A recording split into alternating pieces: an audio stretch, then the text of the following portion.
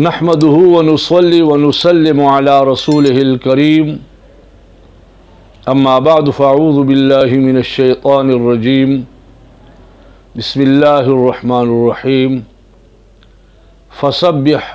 बिस्मि रब्बिकल अज़ीम व क़ाल तआला सब्बिह इस्म रब्बिकल अअला।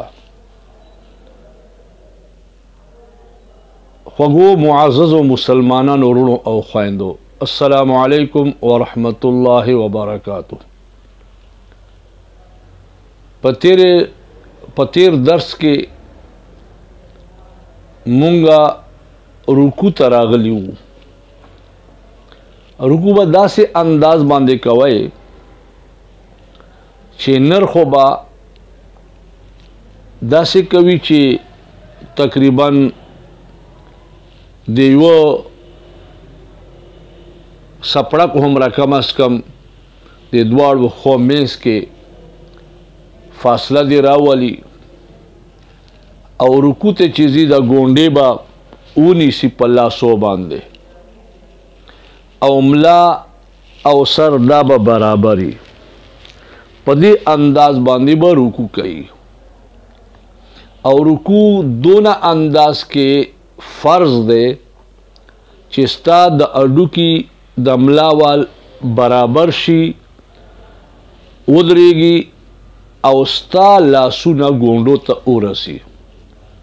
दयु तस्बीह होमरा दा लाजमी दा दो नबत परुकू के वक्त रवे अलबत्ता का यो रुकू न दे ज़्याद तेर को और सुबहान रब्बियल अज़ीम यो तस्बीह न दे ज़्याद तेर को नुहागा खो डेरा बेहतर अदा। बहरहाल चिकल तो रुकू तलार शे तासो रुकू तलार शे नु नरान खुबा पदे अंदाज के रुकू कई अलबत्ता जनाना दा पारा अस्तर और डेरा दा पर्दे दादा चे बस दोना अंदाज के दे रुकू तलार शी चे दे लासो गोंडो त उरसी दोना अंदाज के बहकतशी खेद जान सरा जुखते की और इंतहाई पर्दे कोशिश ते उकड़ी नुद्रे जले कम अज कम और पीज जले याऊ जले दे दा सुबहान रब्बियल अज़ीम उवाई पैगंबर अलैहिस्सलातु वस्सलाम मांदे चेकला फसब्बिह बिस्मि रब्बिकल अज़ीम नाजिल शो नो पैगंबर अलैहिस्सलातु वस्सलाम हुकुम उकड़ो चेता रुकू के सुबहान रब्बियल अज़ीम वेल शुरू करे देना पस ब्याबा रुकू न लार शय कौमेता इन्हें उबदरे गए द उदरेदल चिदी दबा दोना अंदाज के कवय चिमला मो बिल्कुल नेगशी और मलामो करार वाले वाखली हदीस के राजी चे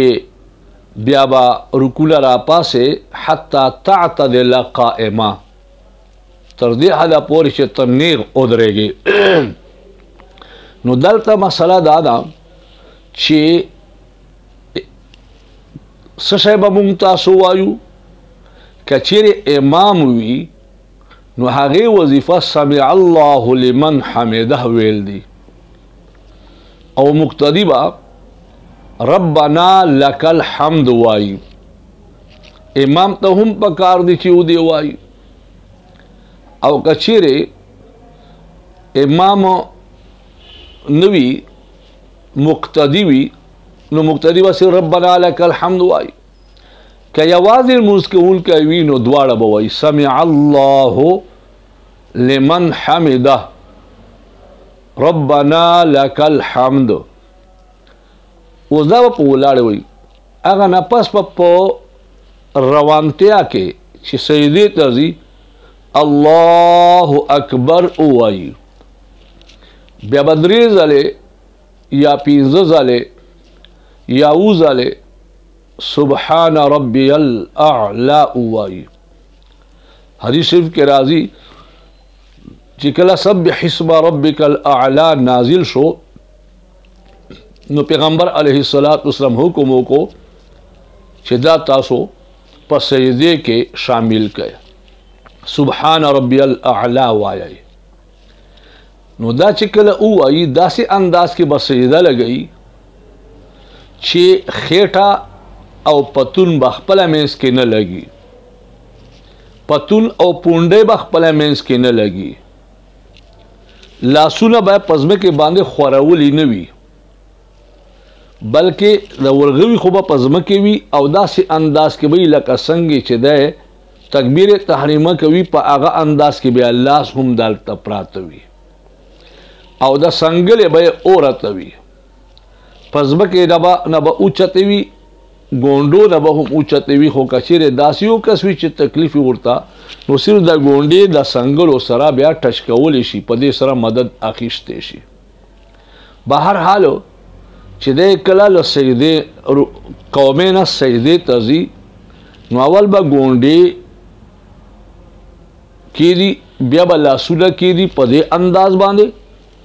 اوس چې سجده لګوي په و اندامو به سجده لګوي یو خو دا اندام دی ټنډه او دا پوزه چونکې دا یو اډوکی دی دې له وجې نه ټنډه یاده کړې په حدیث شریف کې نو ټنډه پوزه دا اډوکی به مخ په یعنې ولګوي دویم نمبر باندې دواړه لاسونه به هم وي دا درې شول دواړه ګونډې به هم وي پنځه شول او دواړه پښې به هم وي ځینې کسان په لمانځه کې پښې اوچتې کړي که چیرې و تسبیح هومره هم یوه پښه په ځمکې باندې نه وه نو دې سړي لمونځ نه کېږي یعنې سجدې کې ضروري ده چې دواړه پښې که دواړه پښې نه وي چې کم از کم یوه پښه یا اگر مکمله پښه نه وي هغه نه څه حصه په ځمکې باندې لګېدلې وي که یو تسبیح هم دواړه پښې نه وي لګېدلې نو دا لمونځ یې نه دی شوی نو سبحان ربی الاعلی سبحان ربی الاعلی چې ووایي بیا به راکینی الله اکبر به وکړي خو زنانه به سجده داسې کوي چې څونه ټوله وي او د دې پرده څونه انداز کې راتلی شي نو ټوله به انداز کې به سجده ولګوي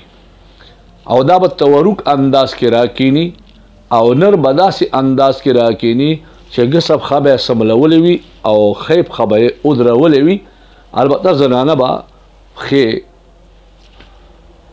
ښي طرف ته وباسي او ګس سیډ باندې به کینی نو دلته به یوه موده ناست وي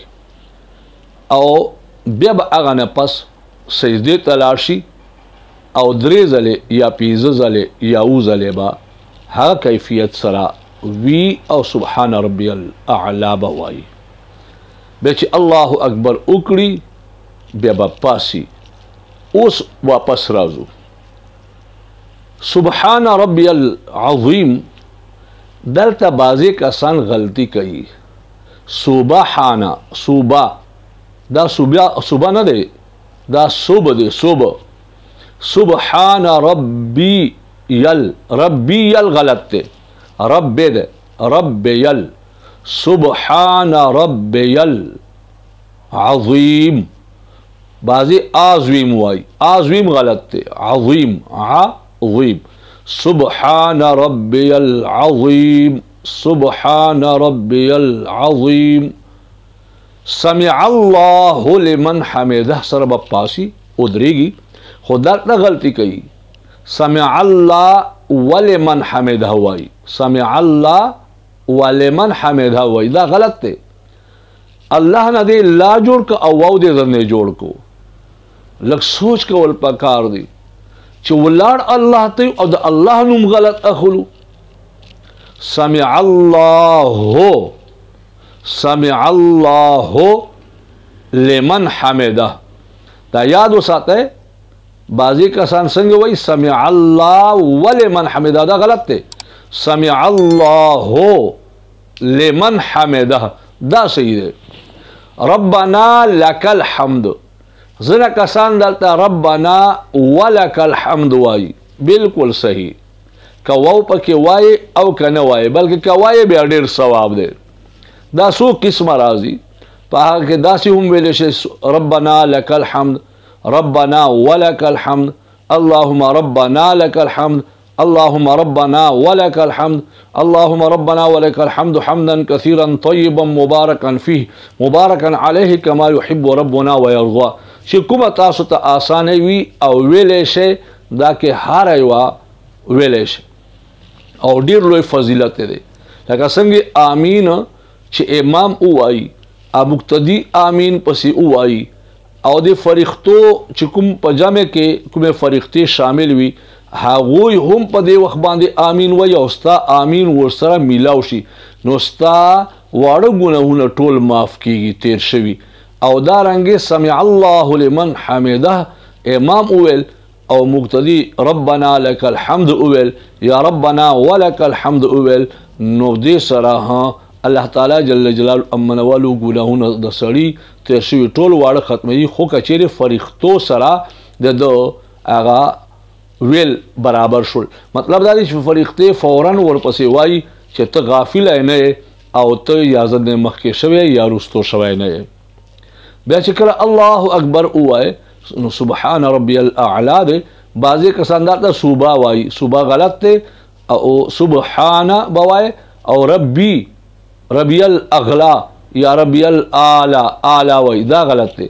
ربی الاعلی اعلی اعلی سبحان ربی الاعلی سبحان ربی الاعلی بیا چې الله اکبر وکړې دوه سجدو منځ کې کا ذکر کوي اللهم رب اغفر لي اللهم رب اغفر لي اللهم رب اغفر لي درې ځلې ویلی شي او دا هم ویلی شي اللهم اغفر لي وارحمني واجبرني واهدني وارزقني دا دوه سجدو منځ کې ویلی شي او که څه وظیفه دی پکې اون نه ویله څه ذکر دی پکې اون نه کړو نو څه نقصان یې هم نشته بهتره طریقه دا ده مستحب طریقه دا ده چې منځ کې دا ذکر وکړې خو که چا دا ذکر زده نه وي بیا یې هم لمونځ کیږي